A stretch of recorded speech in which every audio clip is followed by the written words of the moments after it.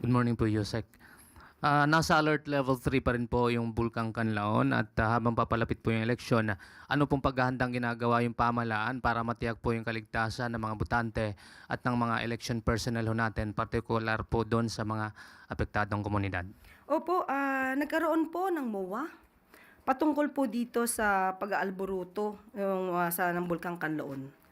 Ah, ang sabi po sa MOA ay pag-iigtingin po ang kanilang pagsiserbisyo para masiguro po ang kaligtasan at ng mga kababayan natin at matuloy po ang sinasabing eleksyon sa darating na May 12. At ito po ang sinabi mismo ni Yusek Ariel Nepomuceno ng OCD, ng Office of the Civil Defense. And I quote, "The vote of every citizen is vital. Even during calamities, we cannot allow voting to be hindered." End quote. So, yun nga din po, pinagtibay din po at nagpumirma po ang Pangulong Marcos Jr. ng Executive Order creating National Task Force for Kanlaon. So this order formalizes the entire effort to manage risk and respond effectively. Yan po ay nabanggit po ng Office of the Civil Defense.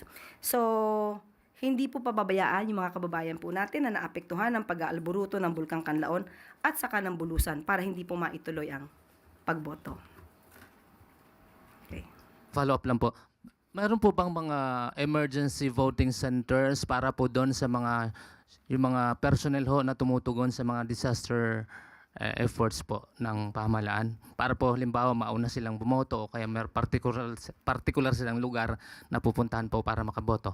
Opo, ginagarantiyahan po na magkakaroon ng plano para sa evacuation ng polling precincts, pagkakaroon po ng incident command post sa eleksyon at ang pag-explore po para ma-deputize ang OCD personnel para makasuporta sa election security sa mga high-risk areas.